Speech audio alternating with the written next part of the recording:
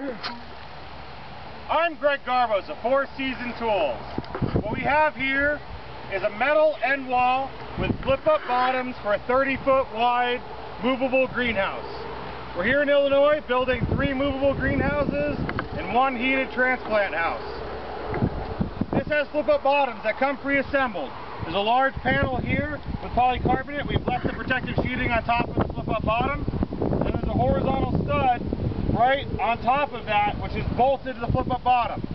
So during installation, we're going to use that as one big assembly. We also have several vertical studs. These different vertical studs, here's the outer vertical stud, the middle vertical stud, and the inner vertical stud. Each of these are 2-inch square, and there's different horizontal pegs that are 1 3/4. It's designed in such a way where the 2-inch studs sleeve over the 1 3/4 studs, making a really strong joint.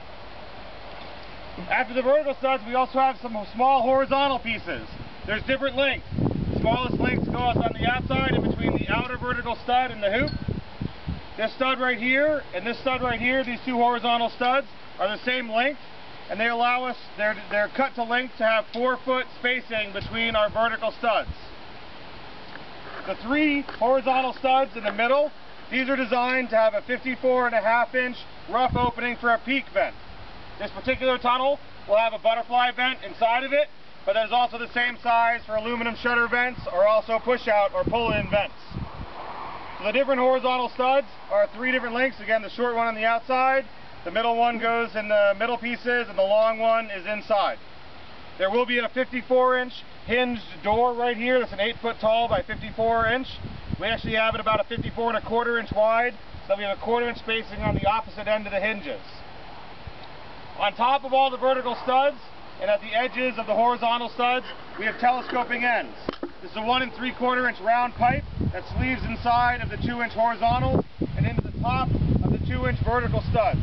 This allows us to telescope the ends out to easily attach it to the hoop and make sure that the end wall fits properly. The hoop itself is made up of the 2 roof pieces, the roof hoop, and this 1 and 2 roof hoops, and then 1 ridge hoop piece. We're going to use the same template on the ground with the rebar stakes that are pounded in that we used when we built our trusses. Since this is a 30-foot wide tunnel, we put our rebar in at both sides, pre-tensioned by 1 inch at 29 feet 11 inches inside to inside. So the first step is going to be to assemble the hoop. When we do that, we're going to want to put our brace bands on, the 2 3/8-inch brace bands. It's easier to sleeve those over the hoop pieces before we put it together. In this scenario, we need a brace band for the 3 vertical pieces. We also need one for the horizontal piece. We'll need 2 for the roof purlin, and we'll need 1 on each side, or 2 total, for the ridge purlin. So we have 1, 2, 3, over the horizontal makes 4, 5, 6, 7. So there'll be 6 pieces that end up on the roof hoop, and the 7th piece on this. So total will be 14 brace bands for the top of the hoop.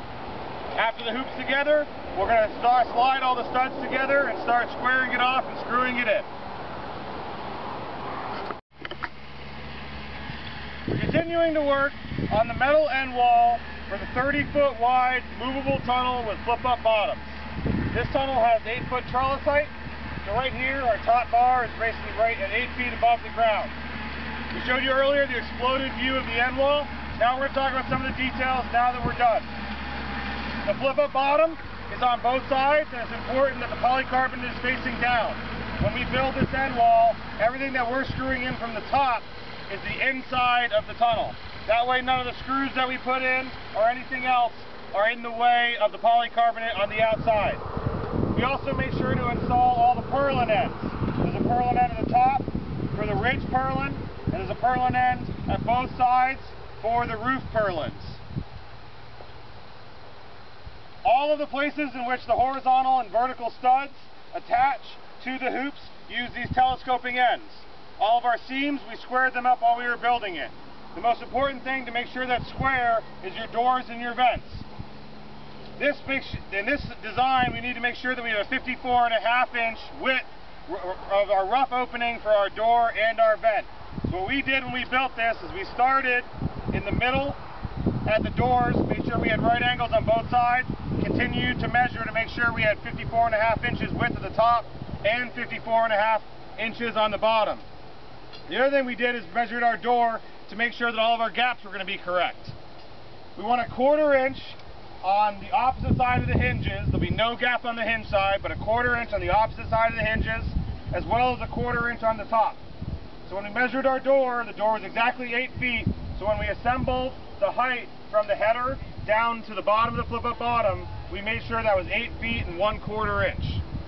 To do that, we just made sure that this bottom edge was sheeted down just a little bit to make sure that we got that exact height that we wanted. The only place that we don't use the telescoping ends when we attach to the hoop is at the top of the peak vent. Here we use the end bracket that goes inside of the stud, and we cut this stud to length to make sure that it's exactly where we wanted it. Now that we made sure that everything was square, every time that we put any of the screws together, we used a framing square to make sure they were all right angles. At each joint, we put a couple screws in the top and screws on the sides to make sure we had a nice strong joint there. We also had to be careful where the door is going to go and where the vent is going to go, that there were no self-tapping screws. Since there's a vent here, any screws on the inside edges of the vent frame would interfere with the vent. That's the same for the door. We also made sure that there were no self-tapping screws anywhere on the inside of the door. The flip-up bottoms are bolted shut. There are hinges on the back side. Because of the number of people we have and how we're going to put this up, after we have everything built, we actually unbolted the flip-up bottoms. We'll remove the flip-up bottoms, and that'll make it easier to install the top of the hoop just because there's less weight. We also have waited and have not yet installed the telescoping end for the bottom horizontal stud. Since this sidewall hoop will be built on the ground with the rest of the sidewall, we put it in here simply just to make sure that we have the right clearances. It's really important with the flip-up bottoms when you build everything and you set your jigs just to make sure that the flip-up bottom has clearance in between the roller and the flip-up bottom. So we measured from the sidewall hoop to the sidewall hoop on both sides, making sure that the sidewall hoops were 30 feet outside to outside, so there was enough clearance between the roller and the flip-up bottoms. It's very important for the flip-up bottoms that they're installed correctly right to left. If the end wall is installed in the hoop sheeted in one direction, you won't have the clearance that you need between the flip-up bottom and the edge.